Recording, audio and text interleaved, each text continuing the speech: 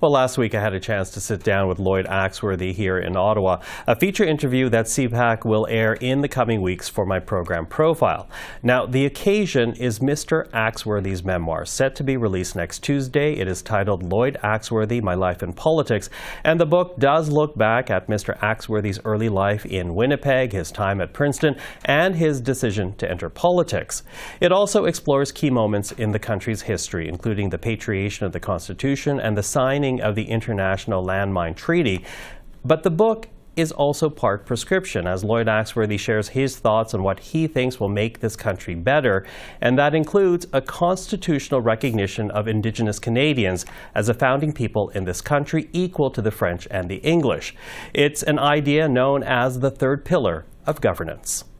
I was really fortunate in that journey you talked about. I got to know somebody like Phil Fontaine. We went canoeing together along with Jim Carr, who's a dear friend who just passed away a year ago.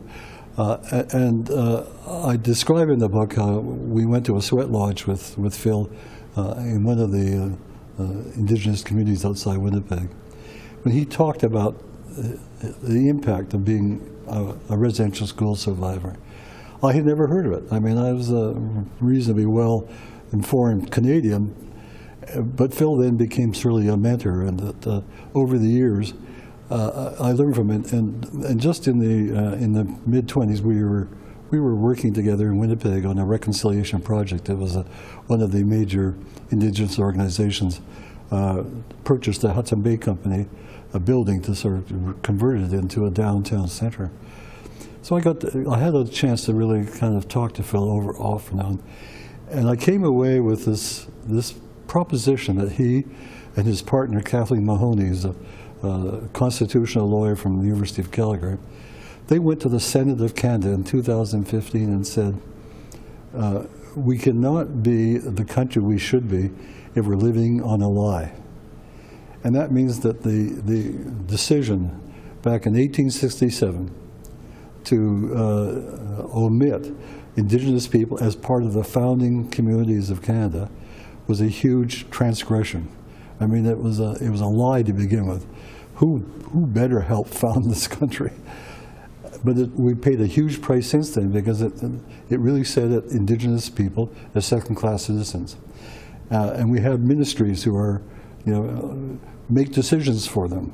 The whole idea, and I think the idea of starting a major deliberation across Canada amongst Canadians could be one of those defining moments I talked about, where we say, by incorporating and understanding that Indigenous people are a founding nation and that have to be treated as such, it's going to change our law, it's going to change our foreign policy, it's going to change our economic development. It's got all kinds of implications that make us a much better and a more whole, complete country than we are right now. And to that, you say that Canadians will benefit from this, not just Indigenous Canadians, but all Canadians, because there are lessons to be learned, including lessons from the Haudenosaunee Nation. Right. Talk to us about what you mean by that. Well, I mean, the Iroquois Confederacy way back had established a basic principle of the seventh generation, and every decision you made in your tribal councils and had to consider the impact it had 7 generations forward. Michael, think of what that would do if that became a much stronger ethic in our own country and our governance. Everything we do is to say what sustainability also then becomes a major factor. We can't make decisions that are going to sort of undermine and destroy the world we have, the privileges we have. And so that whole idea of thinking ahead, talking about not just your children, your grandchildren, but people 7 generations away, I think it begins to, and you start teaching that in the schools, and you start talking about it in your business decisions, and you start looking about it not politically, but also in the legal system. All these things that begin to happen. It's one example, I think, of the kind of philosophy, the ethic in Indigenous governance could be a great sort of refreshment in our own system. So you point to lessons, you point to changing the way things are done by acknowledging That's right. Indigenous nations as the founding nations of this country, not just English and French. But are you worried that that might be divisive, though? Because the history of constitutions and negotiations around them, and I don't have to tell you this, is divisive in this country. Sure. Because it took decades to come up with the Constitution Act of 1982. Meech Lake failed, Charlottetown failed, and there was a very negative impact in terms of national unity as a result. There's no question that it would be provocative.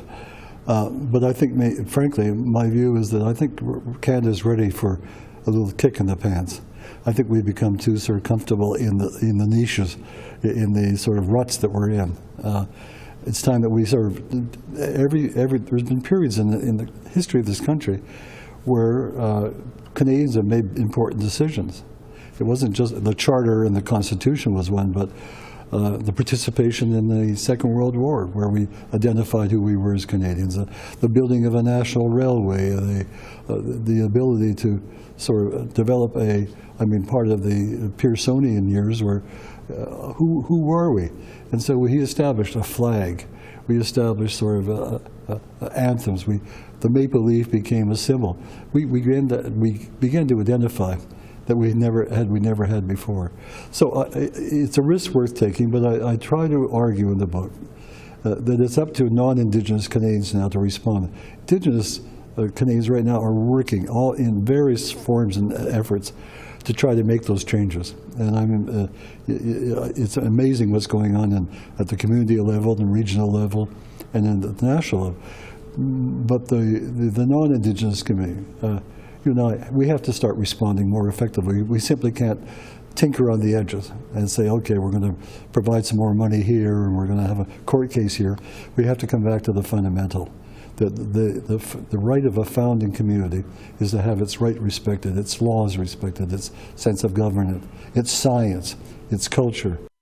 And that was just part of my conversation with Lloyd Axworthy. The memoir, Lloyd Axworthy, My Life in Politics, is out on Tuesday. The full 30-minute interview will air in an upcoming episode of Profile here on CPAC.